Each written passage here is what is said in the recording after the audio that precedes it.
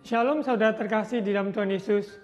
Kita bersyukur atas pemeliharaan Tuhan yang senantiasa menyertai orang-orang percaya. Yang menanti-nantikan Dia tidak pernah dikecewakan. Mari kita siapkan hati untuk menerima firman Tuhan.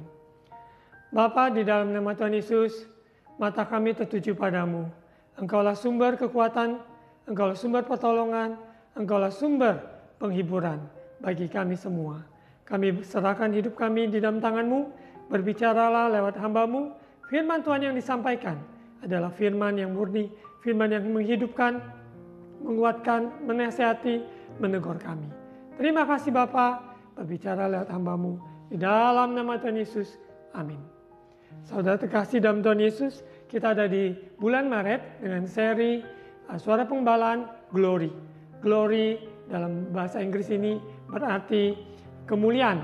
Ya, dalam bahasa Ibrani, bahasa asli, dia katakan bahwa weight, kabot, ya, kavod itu artinya berat, weight. Ya, kita sadari bahwa kemuliaan Tuhan bukan hal murahan, enteng, ataupun hal yang biasa-biasa. Tapi suatu yang berat. Kita tahu bahwa kemuliaan Tuhan sungguh-sungguh, yaitu kehadirannya yang nyata dalam hidup setiap orang percaya. Dan juga dalam bahasa Yunani, di mana glory diterjemahkan dari bahasa asli, yaitu bahasa Yunani adalah berarti doxa, kemuliaan, kejayaan, keagungan, majesty, dan hal yang luar biasa. Kita sadari bahwa kemuliaan Allah yang dimaksudkan sangat berbeda dengan apa yang di dunia, yang secara kemuliaan glamour bukan, tapi glory, penuh kemuliaan Allah, yaitu kehadirannya, kuasanya, kasihnya nyata.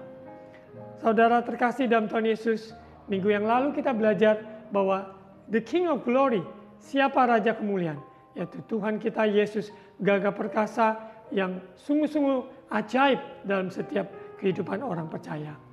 Manusia yang telah jatuh dalam dosa, hilang kemuliaan Allah. Namun Yesus datang ke dunia ini dengan sungguh-sungguh dia rela melayani maupun mati di kayu salib untuk menanggung semua dosa manusia sehingga kemuliaan Allah dinyatakan dalam hidup manusia. Kita bersyukur sebagai anak-anak Tuhan, orang-orang percaya, kemuliaan Tuhan ini dinyatakan sehingga hidup kita mengalami perubahan, sehingga menceritakan kebesaran Tuhan dalam setiap tugas karya kita, dalam setiap langkah-langkah kita, sehingga memuliakan nama Tuhan.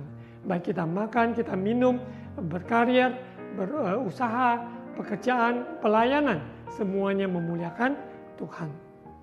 Kita akan belajar dari Keluaran pasal 33 dengan suara penggembalaan hari ini. Kita baca di ayat 18 ya, sebagai ayat utamanya. Keluaran, konteks Keluaran pasal 33. Kita baca dulu di ayat 18. Setelah itu nanti kita akan baca dari ayat yang awal. Tetapi jawabnya, perlihatkanlah kiranya kemuliaan-Mu kepadaku. Sekali lagi, tetapi jawabnya, perlihatkanlah kiranya kemuliaan-Mu kepadaku. Saya akan membaca bahasa Inggrisnya. Jadi suara penggembalaan judul hari ini adalah Show Me Your Glory. Show Me Your Glory. Tunjukkanlah kemuliaan-Mu. Dalam bahasa Inggris, verse 18, Exodus 33, verse 18, Then Moses said, Now show me your glory. Sekarang, tunjukkanlah kemuliaan-Mu. Umat Israel, Tuhan bebaskan lewat kepemimpinan Musa, supaya umat Tuhan dapat bebas beribadah kepada Allah Abraham, Allah Ishak, Allah Yakub. Kita akan lihat di Keluaran pasal 33, dengan konteks di mana Musa yang sudah dipanggil Tuhan untuk membawa umat Tuhan keluar, dan dengan lewat 10 tulah yang ada, dan akhirnya Firaun melepaskan umat Tuhan supaya mereka keluar dari Mesir. Dan musisat yang terjadi sehingga laut terbelah menjadi dua, sehingga bangsa Israel dapat keluar dengan aman, selamat dengan pimpinan dari Tuhan lewat hamba yang Tuhan tunjuk. Kita lihat di Keluaran pasal 33, Musa meminta penyertaan Tuhan di gurun. Ayat 1, berfirmanlah Tuhan pada Musa, pergilah, berjalanlah dari sini, engkau dan bangsa itu yang telah kau pimpin keluar dari tanah Mesir ke negeri yang telah kujanjikan dengan sumpah kepada Abraham, Ishak dan Yakub. Demikian kepada keturunan mula akan kuberikan negeri ini itu. Tuhan yang berjanji, Tuhan akan menepatinya. Apa yang saudara pegang adalah janji Tuhan. Tuhan yang membawa saudara keluar, membawa saudara dan saya keluar dari perbudakan, dari dosa, hidup gelap, sehingga kita ada sebagaimana kita ada dalam proses perjalanan sampai kita menerima tanah perjanjian yang sudah Tuhan siapkan bagi kita. Kita minta kerajaan Allah turun di bumi seperti surga, kita alami kuasanya, kasihnya dari saat ini sampai Yesus datang membawa kita kembali ke rumah Bapa. Ayat 2, aku akan mengutus seorang malaikat berjalan di depanmu dan akan menghalau orang Kanaan, orang Amori, orang Het, orang Feris, orang Hewi, dan orang Yebus, yakni ke suatu negeri yang berlimpah-limpah susu dan madu. Sebab aku tidak akan berjalan di tengah-tengahmu, karena engkau ini bangsa yang tegar tengkuk, supaya aku jangan membinasakan engkau di jalan. Bangsa Israel sudah ditolong Tuhan berkali-kali, banyak melihat kuasa Tuhan mengalami, namun mereka hati masih belum berbalik, masih tegar tengkuk dengan kekuatannya menginginkan apa yang mereka inginkan. Tapi biarlah kita yang sudah membaca firman ini, mendengarkan firman Tuhan, meresponi dengan hati yang lembut untuk sungguh-sungguh ikut jalannya Tuhan. Tidak tegar tengkuk, tapi hati lembut, pikiran terbuka, roh kita sungguh-sungguh menyambut, meresponi apa yang roh Tuhan kerjakan dalam hidup kita. Sehingga proses yang kita jalani ini, baik dalam keuangan, kesehatan, pergumulan keluarga, kita keluar sebagai pemenang, lebih dari pemenang. Kita tetap mengucap syukur dengan mata hati tertuju pada Tuhan, bahwa Tuhan penolong kita, Tuhan segala-galanya, Dia tidak pernah membiarkan ataupun meninggalkan kita. Karena janji Tuhan adalah kelimpahan susu dan madu. Ayat yang keempat, ketika bangsa itu mendengar ancaman yang mengerikan ini, berkabunglah mereka dan seorang pun tidak ada yang memakai perhiasannya. Berfirmanlah Tuhan pada Musa, ayat 5, katakanlah pada orang Israel, kami ini bangsa yang tegar tengkuk. Jika aku berjalan di tengah-tengahmu sesaat pun, tentulah aku akan membinasakan kamu. Oleh sebab itu, tanggalkanlah perhiasanmu, maka aku akan melihat apa yang akan kulakukan kepadamu. Saudara terkasih, di dalam hidup ini ada hal yang harus kita tanggalkan. Kita rela tanggalkan keakuan kita, kemauan kita, kehendak kita untuk ikuti jalannya Tuhan yang membawa kita kepada tujuan Allah. Sehingga hidup kita berarti. Karena hidup kita melakukan kehendak Bapa. Seperti Yesus selama di muka bumi ini, dalam waktu yang singkat 33 tahun setengah, Dia melakukan kehendak Bapa. Dia melayani, memberitakan kerajaan Allah, menyembuhkan yang sakit, dan Dia bahkan rela mati di atas kayu salib untuk menanggung dosa umat manusia, dan ketaatannya itu membawa kemenangan bagi kita sekalian. Ayat 6, demikianlah orang Israel tidak memakai perhiasan-perhiasan lagi sejak dari Gunung Horeb. Sesudah itu Musa mengambil kemah dan membentangkannya di luar perkemahan jauh dari perkemahan dan menamainya kemah pertemuan. Setiap orang yang mencari Tuhan, keluarlah ia pergi ke kemah pertemuan yang di luar perkemahan. Saudara terkasih, semua gambaran yang ada di kitab Keluaran ini memberikan gambaran akan kemah, yaitu bait suci kita sebagai bait Allah maupun gereja Tuhan. Semuanya kita menantikan kedatangan Yesus yang kedua kali, di mana kita juga berkumpul. Kita yakin dan percaya kehadirannya di bait suci, yaitu kita pribadi lepas pribadi sebagai bait suci. Allah berjumpa dengan kita maupun di rumah Tuhan, kita bersama orang-orang percaya dihimpunkan di gereja lokal, gereja universal, kesatuan. Kristus adalah kepala. Kita yang mencari Tuhan, percaya kita temukan Dia. Dalam masa doa puasa 40 hari yang kita jalankan bagi mereka yang bergabung, kami percaya, saya berdoa Tuhan memberikan kesehatan, kekuatan sehingga dapat menyelesaikannya, menyambut Paskah, kematian Yesus, kebangkitan Yesus dengan sungguh-sungguh pengertian yang dalam arti dari pengorbanan Yesus. Kita sungguh-sungguh mengenal Tuhan, alami kasih dan kuasanya. Ayat 8, apabila Musa keluar pergi ke kemah itu, bangunlah seluruh bangsa itu dan berdirilah mereka masing-masing di pintu kemahnya. Dan mereka mengikuti Musa dengan matanya sampai ia masuk ke dalam kemah. Banyak hal-hal, aturan-aturan yang dilakukan karena sesuai dengan perintah Tuhan.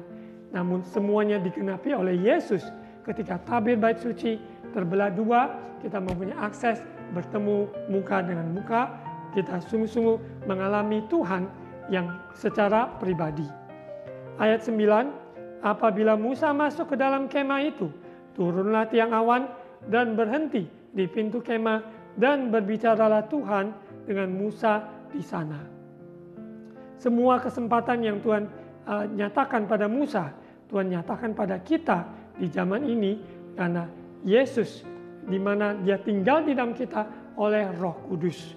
Roh Kudus yang berkarya bekerja membawa kita kepada seluruh kebenaran sehingga kita mengenal Bapa dengan benar. Seluruh kebenaran disingkapkan. Ayat 10, setelah seluruh bangsa itu melihat bahwa tiang awan berhenti di pintu kemah, maka mereka bangun dan sujud menyembah masing-masing di pintu kemahnya. Saudara, kita semua adalah ciptaan Allah, menurut gambar rupa Allah, kita juga diciptakan untuk menyembah Dia, untuk memuliakan Dia. Karena Bapa mencari di akhir zaman ini, di mana Tuhan mencari penyembah-penyembah yang menyembah Dia dalam roh dan kebenaran. Bukan dari liturgi tertentu, tetapi orang-orang yang mencari wajahnya Tuhan. Tuhan nyatakan kemuliaannya. Kita lihat apa yang ada di Kitab Keluaran ini, sebuah gambaran akan penggenapan yang Yesus lakukan di atas kayu salib, kebangkitannya, sehingga kita semua mengalami Tuhan. Kemuliaannya dinyatakan. The glory be revealed. The glory of God be fulfilled in our lives. Dalam kemuliaannya dinyatakan, wujud nyatakan dalam hidup kita. Ayat 12. Lalu berkatalah Musa kepada Tuhan, memang engkau berfirman padaku, suruhlah bangsa ini berangkat, tetapi engkau tidak memberitahukan padaku siapa yang akan kau utus bersama-sama dengan aku. Namun demikian engkau berfirman, aku mengenal namamu, dan juga engkau mendapat kasih karunia di hadapanku. Musa sebagai hamba yang sudah Tuhan pilih, dan dia juga sudah mengalami tanda-tanda heran yang Tuhan nyatakan. Namun di dalam proses perjalanan berikutnya, langkah-langkah berikutnya, tetap kita meminta kuasa Tuhan, hadirat Tuhan yang menyertai, dan Tuhan sendiri mengutus orang-orang yang tepat seperti yang Musa minta. Tapi kita lihat apa jawabannya Tuhan. Maka jika aku kiranya mendapat kasih karunia di hadapanmu, beritahukanlah kiranya jalanmu kepadaku, sehingga aku mengenal engkau, supaya aku tetap mendapat kasih karunia di hadapanmu. Ingatlah bahwa bangsa ini umatmu. Tanggung jawab seorang pemimpin sangat luar biasa penting dan sangat luar biasa, harus sungguh-sungguh dihargai, tidak asal-asal, karena kita sadari bahwa Tuhan yang menunjuk seorang pemimpin, Tuhan yang menetapkan seorang pemimpin dalam keluarga, dalam sebuah komunitas pelayanan, pekerjaan Tuhan. Kita sungguh-sungguh menyadari ada kuasa Tuhan yang dinyatakan atas pemimpin yang Tuhan pilih untuk membawa umat Tuhan mengenal Tuhan lebih dan lebih lagi. Kita semua adalah umatnya Tuhan, dikasihi, diurapi, dipilih Tuhan. Tuhan tempatkan pemimpin-pemimpin yang tepat supaya membina kerohanian kita, menasihati kita, menuntun kita. Sekiranya kita dengar-dengaran, kita mau terima nasihat bijak, tentunya kita juga mau bertumbuh bersama dan mengenal Tuhan dengan benar. Ayat 14, lalu ia berfirman, aku sendiri hendak membimbing engkau dan memberikan ketentraman kepadamu. Sungguh luar biasa di mana assurance, kepastian yang Tuhan nyatakan bahwa penyertaannya, hadiratnya menyertai. Ya, dia memberikan damai sejahtera kepada orang-orang yang menanti-nantikan dia, yang mencari wajahnya. Di hari-hari ini kita sadari pertolongan yang ada tidak mungkin kita dapatkan dengan kekuatan, dengan mengandalkan manusia. Karena firman Tuhan sudah katakan terkutuk orang yang mengandalkan manusia, kekuatannya sendiri. Namun diberkati orang yang mengandalkan Tuhan. Kita sungguh-sungguh minta pimpinan Tuhan, jalannya Tuhan, urapan Tuhan, kuasanya menyertai kita sehingga perjalanan kita berhasil dan beruntung. Karena tugas yang Tuhan berikan pada saudara dan saya, Tuhan juga menyertai dengan kekuatan supernatural, kekuatan jasmani maupun juga pengurapan, yaitu Roh Kudus yang berkarya sehingga memberikan kita hikmat, ide, strategi untuk menyelesaikannya. Kita tidak berjalan sendiri.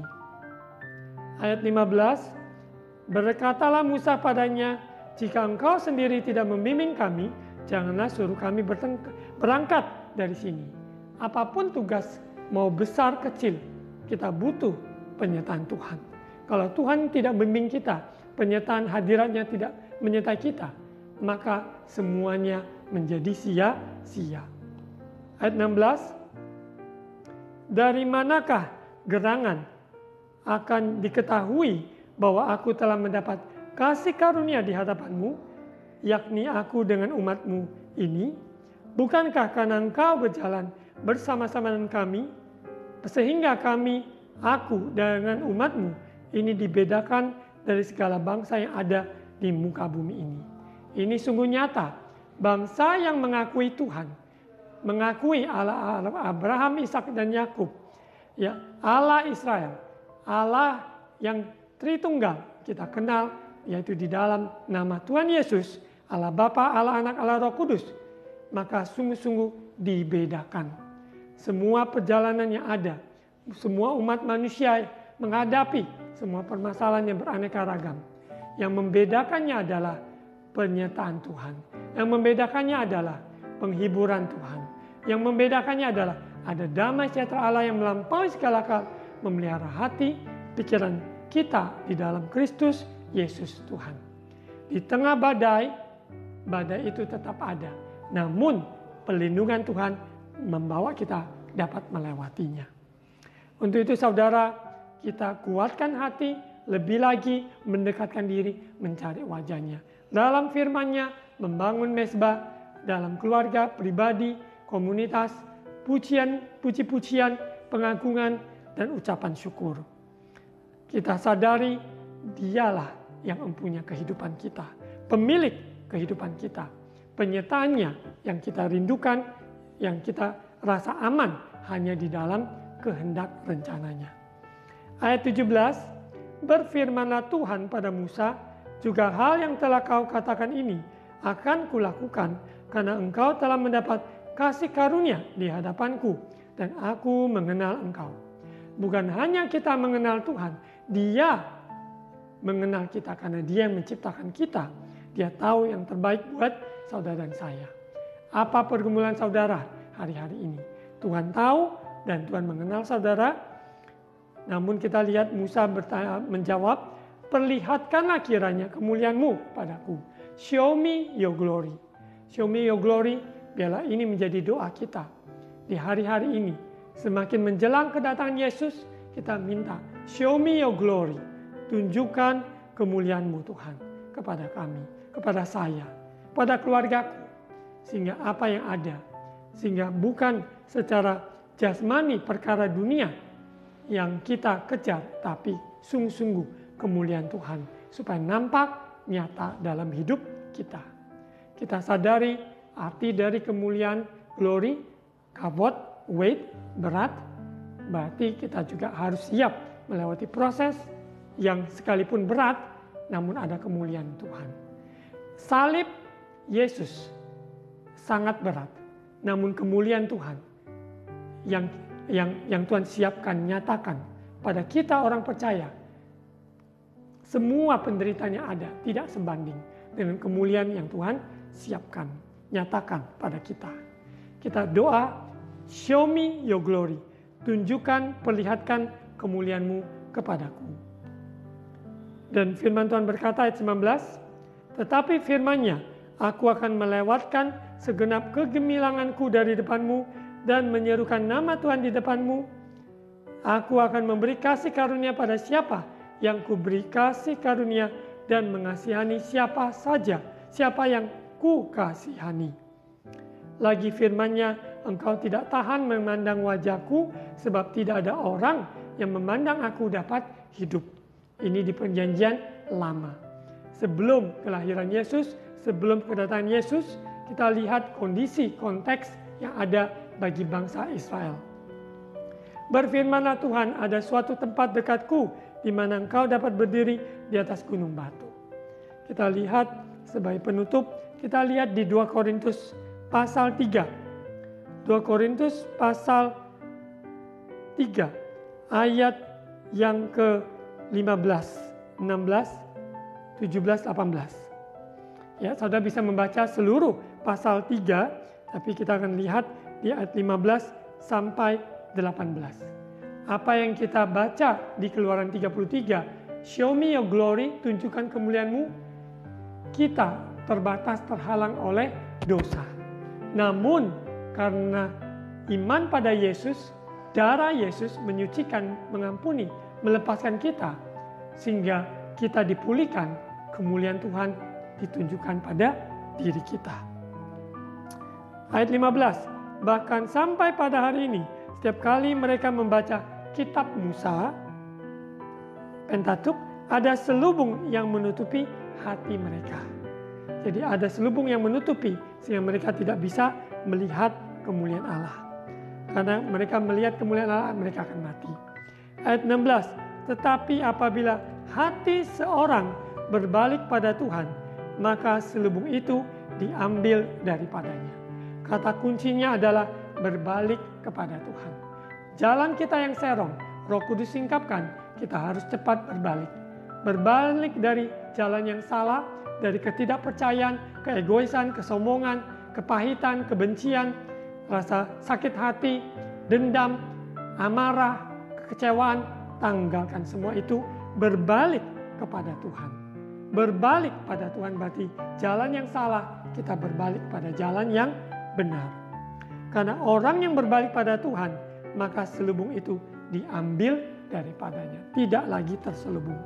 Ayat 17, sebab Tuhan adalah roh, dan di mana ada roh Allah, di situ ada kemerdekaan. Roh Tuhan di dalam kita lebih besar daripada roh yang ada di dunia ini, sesuai dengan firman Tuhan katakan, dan di mana roh Allah ada, maka ada kemerdekaan.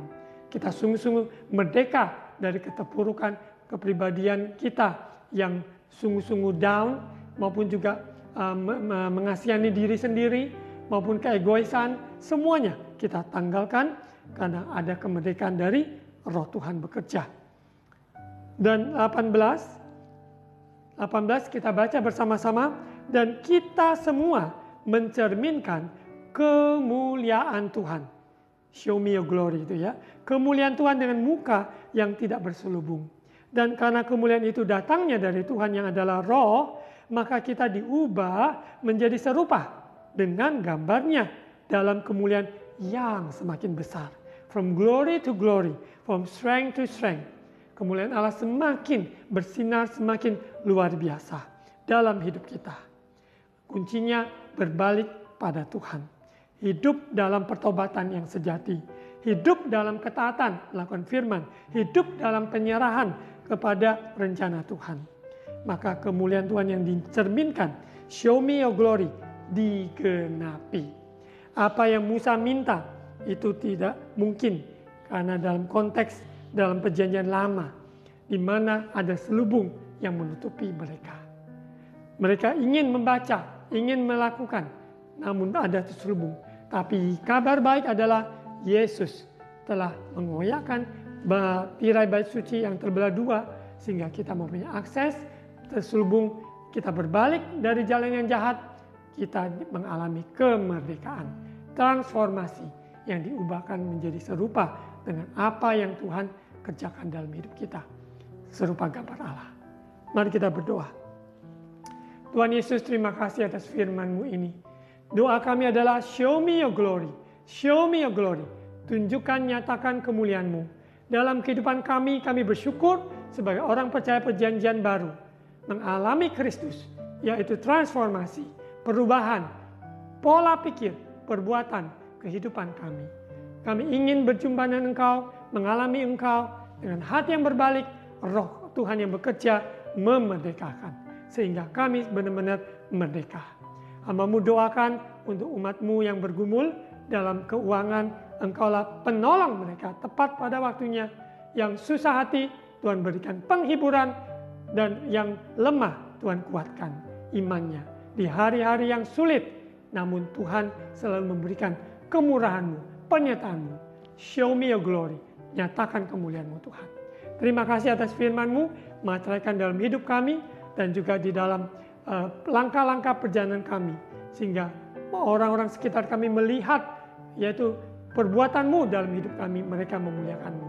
Kemuliaan-Mu nyata dalam kehidupan orang percaya.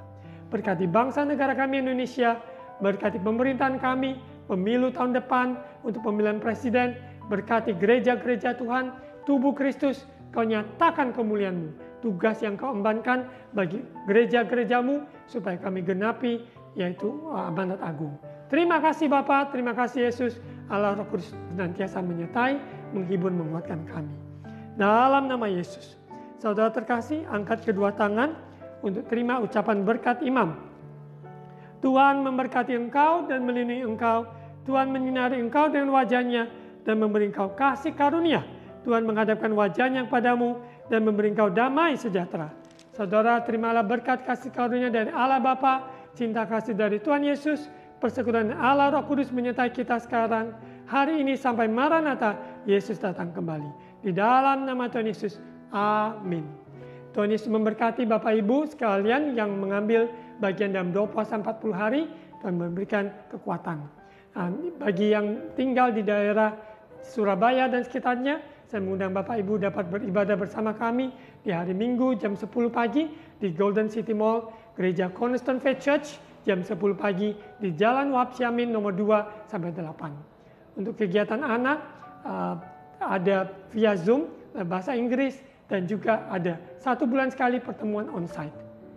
Saya mengundang saudara yang mempunyai anak-anak umur 3 tahun sampai 12 tahun dapat bersama-sama membawa anak-anaknya untuk beribadah, dibimbing dalam rohani dalam bahasa Inggris.